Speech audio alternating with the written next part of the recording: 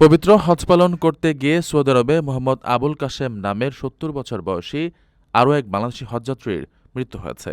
বৃহস্পতিবার প্রকাশিত হজ বুলেটিনে এই তথ্য জানানো হয়। এ নিয়ে চলতি মৌসুমে হজ পালনে গিয়ে মোট ২ জন বাংলাদেশির মৃত্যু হল। এর আগে জয়পুরহাটের সদর উপজেলার বাসিন্দা নইমুদ্দিন মণ্ডল মারা যান। হজ বুলেটিন অনুযায়ী বাংলাদেশ থেকে এখন পর্যন্ত ২৫,৩৯৬ জন হজযাত্রী সৌদি আরবে পৌঁছেছেন। রাত ২টা ৫৯ পর্যন্ত বিমান বাংলাদেশ এয়ারলাইন্স, সৌদি এয়ারলাইন্স এবং ফ্লাইনাসের মোট ৬৩টি ফ্লাইটে এই হজযাত্রীদের সেখানে পৌঁছে দেওয়া হয়েছে।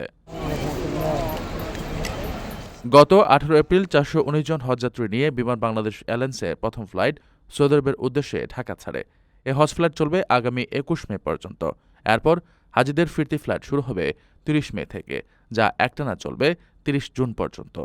চলতি বছর সরকারি ব্যবস্থাপনায় ৫,৫৬৫ জন এবং বেসরকারি ব্যবস্থাপনায় ৭৩,৯৩৫ জন হজে যাচ্ছেন। উল্লেখ্য, চাঁদ দেখা সাপেক্ষে আগামী ২৬ মে সৌদি আরবে এবারের পবিত্র হজ অনুষ্ঠিত হওয়ার কথা রয়েছে।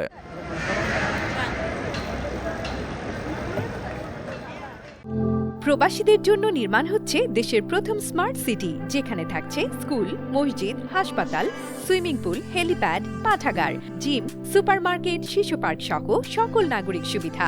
মাত্র ৩০ লাখ টাকা বিনিয়োগে মিলছে আকর্ষণীয় ফ্ল্যাট। প্লাটিনাম ইনভেস্টরদের জন্য ঢাকা বিমানবন্দরে ভিআইপি প্রোটোকল সুবিধা।